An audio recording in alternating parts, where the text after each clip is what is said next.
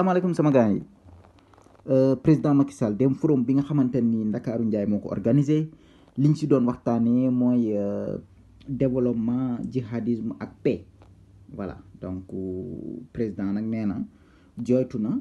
ci kanamu Nations Unies ñëpp nee na leen xam ngeen lan mooy dëgg ñun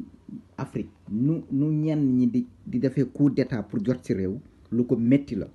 waaw wante organisation yu bari daal nañ sant Macky Sall gërëm ko ci taxawaayam ci Afrique. Mame Boye Diao moo ngay toj Kolda nee na waa Kolda xam ngeen lan moo ma jaaxal da ngeen a war a poser la question waa Benno Bokk Yaakaar chiffres yi ñuy wax ci parrainage yi fan lañ ko jëlee waaw Amadou Ba moom moo ngay bàkku nee na moom am na fu mu toll nii lu tolloog 3,7 millions ak lu teg waaw ci wàllum parrainage. ñooñu Ousmane Sonko yi ne ñoom ëppale nañ loolu voilà maanaam ñoo xamante ñoo ngi parrainel Bassirou Diomaye Faye nee nañ ñoom ëppale nañ 3 millions ak lu teg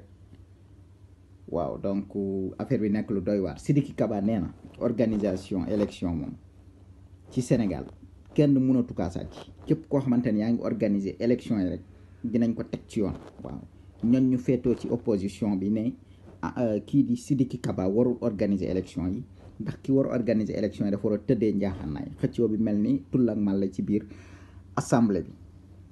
Lat Diop nee na dañ ko yokkal 14 milliards ci budget waaw te nee na xam nga lan mooy dëgg yéen ñii promoteurs yi di tëgg làmb yi ci stade arène nationale léegi da ngeen di tàmbali di fay bon kon daanuñu fay ëllëmoon na xelu askan bi donc bis ni ki tey xam nañ ne tey